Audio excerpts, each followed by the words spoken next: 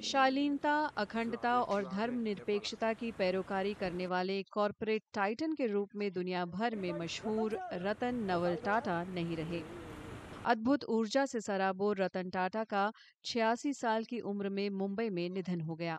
Tata sons के chairman Natarajan Chandrasekaran ने ये जानकारी दी। रतन टाटा दुनिया के सबसे प्रभावशाली उद्योगपतियों में से एक थे, फिर भी कभी अरबपतियों की किसी सूची में नजर नहीं आए। उनके ग्रुप में 30 से ज्यादा कंपनियां थीं, जो 6 महाद्वीपों के 100 से ज्यादा देशों में फैली थीं। फिर भी उनका जीवन सादगी की मिसाल था। अपनी शालीनता और ईमानदारी के बूते अलग छवि बनाने वाले रतन टाटा ने 1962 में कॉर्नेल विश्वविद्यालय न्यूयॉर्क से आर्किटेक्चर में बीएस की डिग्री ली। इसके बाद वे पारिवारिक कंपनी में शामिल हो गए। उन्होंने शुरुआत में ग्रुप की कई कंपनियों में काम का तजुर्बा हासिल किया। फिर 1971 में उन्हें national radio and electronics company का प्रभारी निदेशक बनाया गया।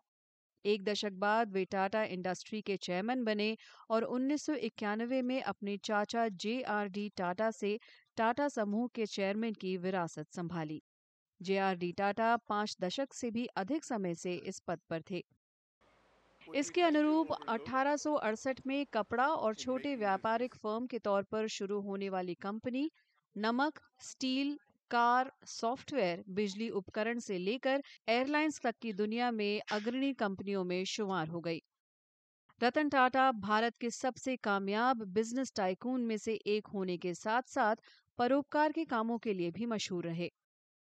वे क्लास और भव्यता का प्रतीक थे, फिर भी विवादों से अछूते नहीं थे। कंपनी को घोटाले के आरोप में दूसरी पीढ़ी के दूरसंचार लाइसेंस के लिए 2008 में शामिल नहीं किया गया था।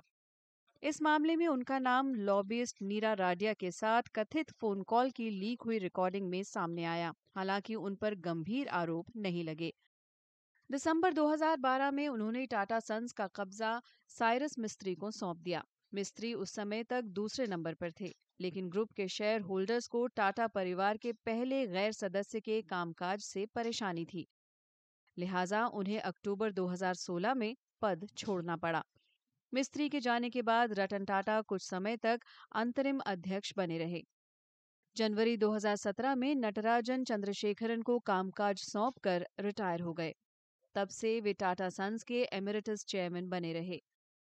इस दौरान उन्होंने युवा उद्यमियों की मदद के लिए तकनीक आधारित नए स्टार्टअप्स में इन्वेस्ट किया, जो भविष्य की जरूरतों के अनुरूप थे।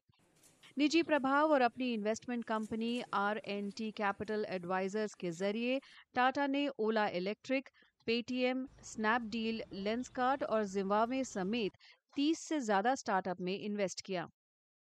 टाटा को कुत्तों से बेहद लगाव था। कुछ समय पहले मॉनसून की एक शाम उन्होंने आदेश दिया कि मुंबई में ग्रुप के दफ्तरों के सामने कोई भी आवारा जानवर दिखे तो उसे सहारा दिया जाए। ऐसे कई जानवरों से उनकी दोस्ती हो गई थी। अब उनका पालनहार नहीं रहा।